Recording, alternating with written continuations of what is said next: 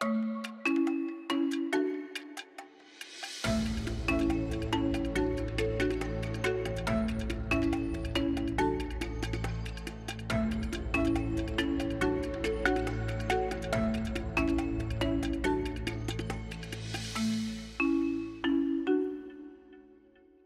suis le docteur Arnaud Isapov, donc je suis pédiatre, neuropédiatre. Donc je travaille à l'hôpital Trousseau à Paris et donc je m'occupe d'un centre de référence pour les pathologies neuromusculaires. Donc chez l'enfant, finalement comme chez l'adulte, on va pouvoir identifier deux groupes principaux de myasthénie. Le premier groupe, ça va être des myasthénies auto-immunes, c'est-à-dire que dans ces formes de myasthénie, on va avoir un anticorps qui est produit par l'organisme qui va venir être agressé, en tout cas se fixer au niveau de la jonction neuromusculaire et entraîner les symptômes de la myasthénie. Donc ces myasthénies-là sont des myasthénies qui sont acquises, qui apparaissent au cours de l'existence. Et puis le deuxième groupe, ça va être des myasthénies congénitales. Et ces myasthénies congénitales, ce sont des maladies génétiques, ce sont des syndromes génétiques pour lesquels finalement la personne naît avec cette caractéristique génétique et va exprimer la myasthénie généralement très précocement, la plupart du temps dans les 2 premières années de vie. En fait, je me souviens m'être réveillée le lendemain de l'annonce pensant que j'avais fait un cauchemar. J'avais passé tellement de nuits aux urgences, à l'hôpital. J'avais aucun nom sur la maladie, sur son mal, parce que je voyais très bien qu'il y avait quelque chose qui n'allait pas. Et j'ai cru que c'était un mauvais rêve.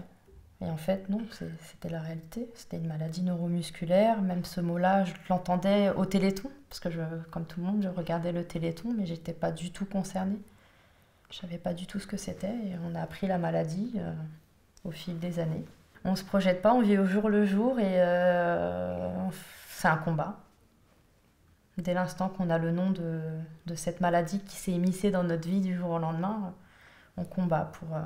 Il était bébé, donc pour combattre, c'était compliqué pour lui. Donc il fallait qu'on soit là.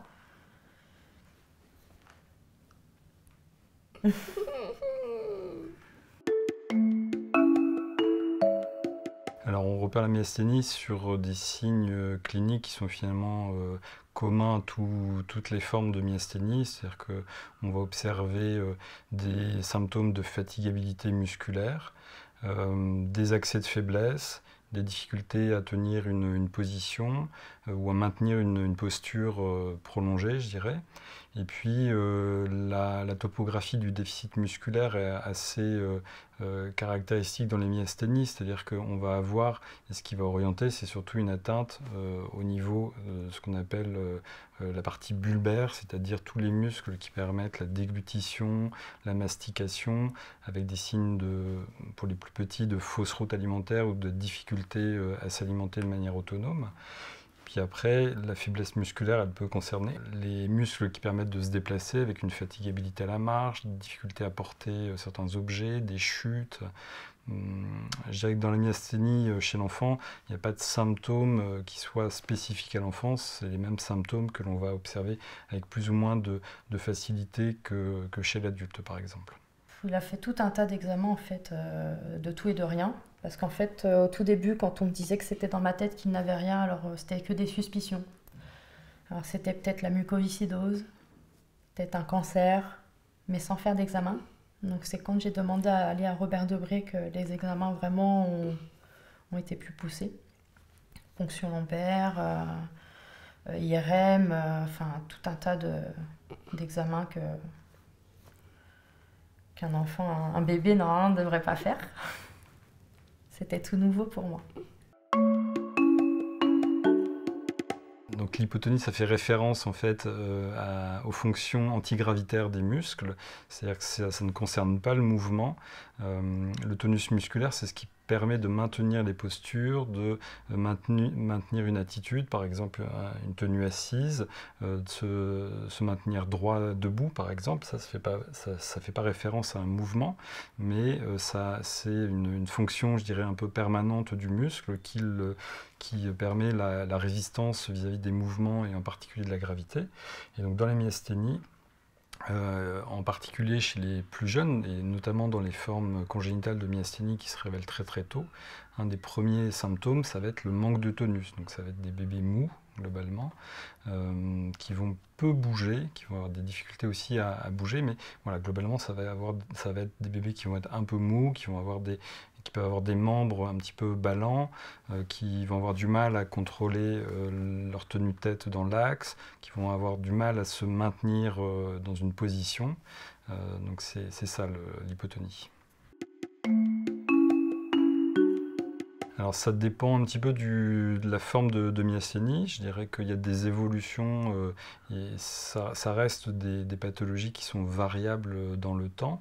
Dans les myasthénies auto-immunes, on peut avoir ce qu'on appelle des phénomènes de lune de miel qui sont en fait une rémission parfois spontanée, soit définitive, soit parfois sur quelques semaines ou quelques mois des symptômes, ou qui ne font plus parler d'eux. Dans ce groupe de myasthénie également auto-immune, dans certains cas, les traitements font que on peut avoir aussi une rémission, une absence de symptômes, plus ou moins prolongée. Le cas des myasthénies congénitales, c'est un peu différent puisque la myasthénie congénitale, en fait, le terrain génétique, il persiste. C'est-à-dire qu'on est avec cette anomalie génétique.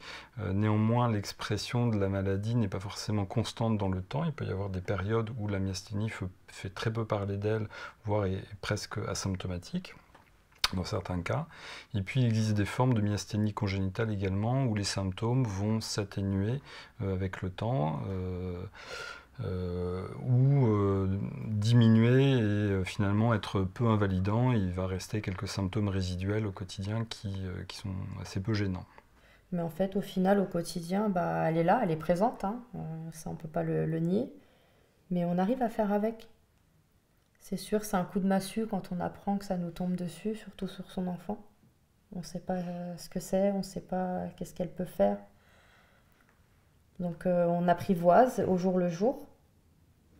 Mais au fil des années, on se rend compte que bah, avec tout le suivi médical, les séances de kiné, les opérations qu'il a pu avoir, ça a été quand même bénéfique.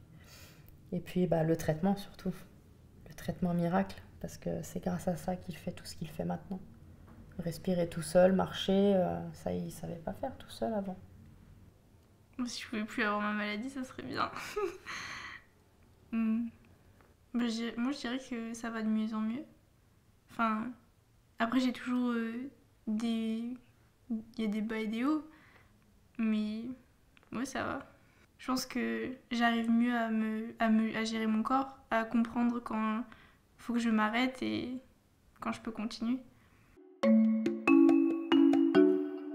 Le diagnostic de myasthénie, c'est un diagnostic qui est parfois difficile, en particulier pour les formes congénitales. Alors, on connaît comment on aboutit au diagnostic, c'est d'une part devant la présentation clinique qui est compatible avec la myasthénie, avec les symptômes que l'on a évoqués, de fatigabilité, de faiblesse musculaire, avec ce caractère très fluctuant des symptômes, c'est-à-dire des moments où ça va, des moments où ça ne va pas, et en particulier l'aggravation des symptômes qui s'installe progressivement au fur et à mesure de la journée. Donc ça, ce sont des éléments qui sont évocateurs du diagnostic.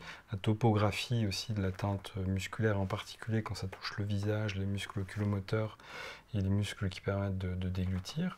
Puis après, on va céder d'autres éléments qui vont mettre en évidence l'anomalie de neurotransmission, c'est-à-dire le fait que la communication entre le nerf moteur et le muscle ne fonctionne pas bien. Donc pour ça, on cède des examens comme l'électromyogramme qui va permettre de révéler la fatigabilité musculaire, le fait que cette neurotransmission ne se fait pas bien au niveau de la jonction entre le nerf et le muscle. Puis ensuite, selon le type de myasthénie que l'on va suspecter, on va soit doser les anticorps dans les formes de myasthénie auto-immune, soit rechercher des formes génétiques. Mais de temps en temps, on peut être dans une situation où le diagnostic est présumé mais n'est pas confirmé, soit parce qu'on a des signes cliniques qui sont incomplets, soit parce qu'on on pense que c'est une myasthénie auto-immune, mais on n'a pas identifié d'anticorps.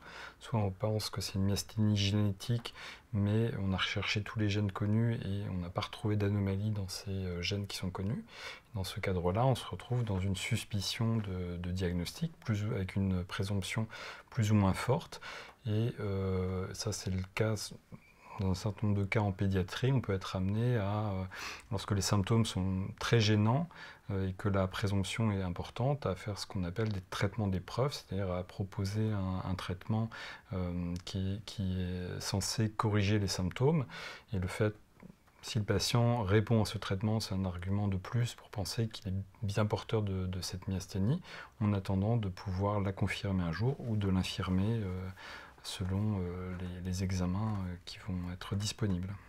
Alors Jade, elle avait environ 10 ans quand on a pu poser un diagnostic avec voilà, la proposition d'un traitement qui a été mis en place sous surveillance à l'hôpital.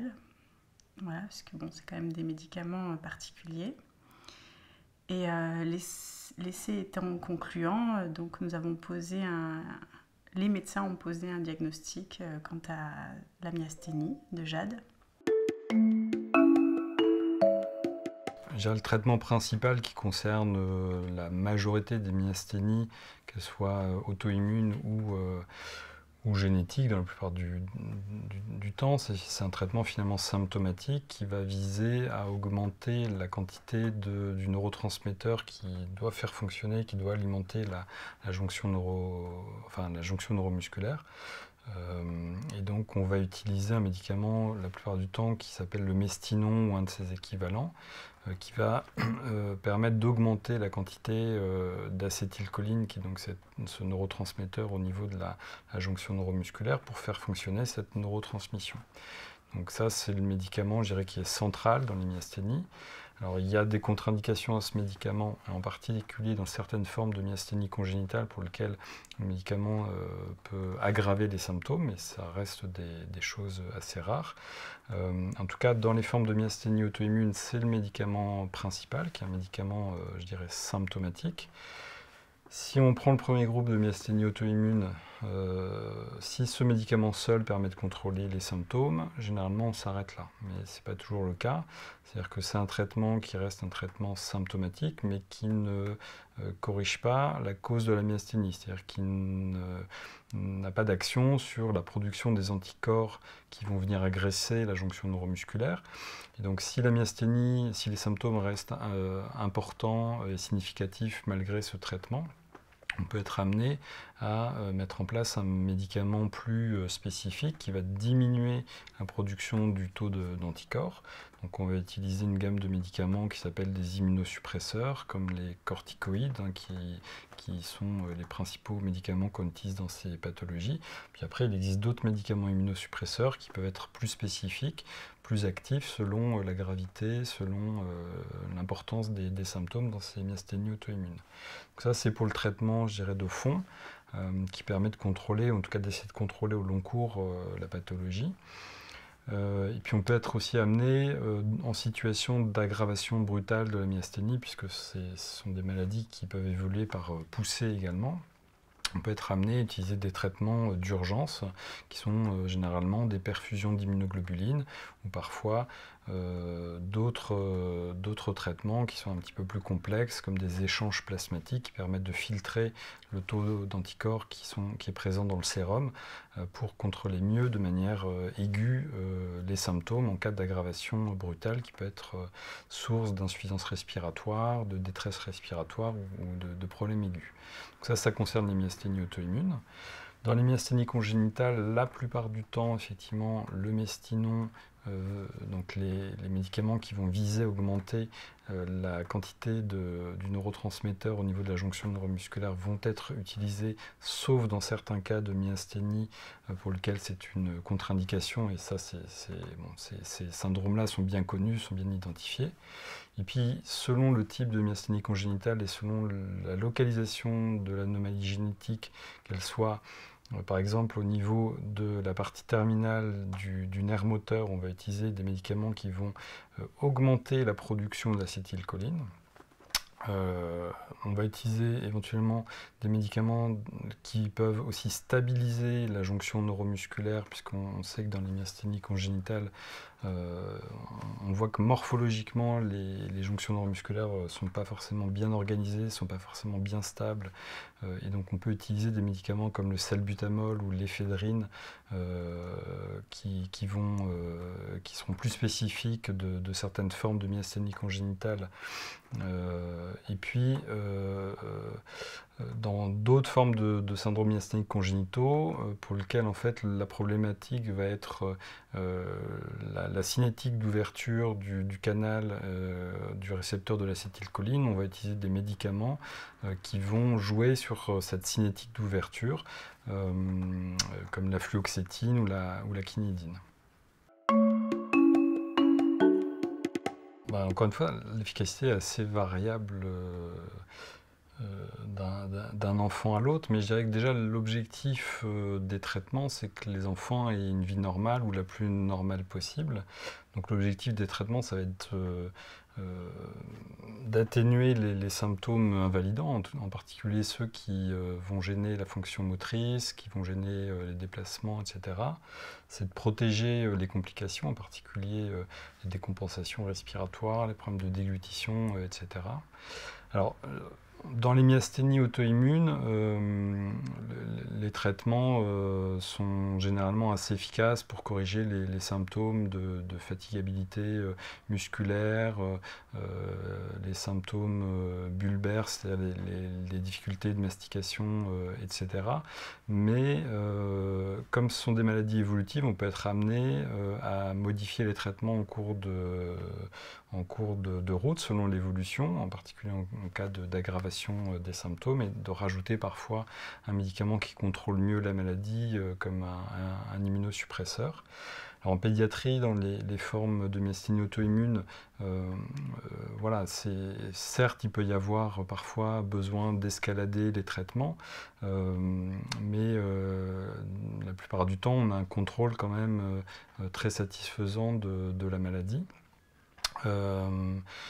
Dans les myasthénies congénitales, l'efficacité est très variable d'un syndrome à l'autre, puisque déjà les traitements peuvent être différents selon le type de syndrome myasthénique congénitaux, et la réponse au traitement peut être variable. Dans la majorité des cas, néanmoins, les symptômes sont contrôlés, on observe une amélioration à l'âge pédiatrique. Mais ce n'est pas une règle absolue, et parfois, dans certains syndromes myasthéniques congénitaux, on peut voir naturellement une aggravation de la fatigabilité musculaire au cours du temps, qui n'est pas forcément compensée par les traitements qui sont disponibles. Et donc, ça veut dire que parfois, à l'âge adulte ou chez le jeune adulte ou l'adolescent, on peut voir dans certains syndromes myasthéniques congénitaux une fatigabilité musculaire qui est un petit peu plus marquée, parfois plus marquée.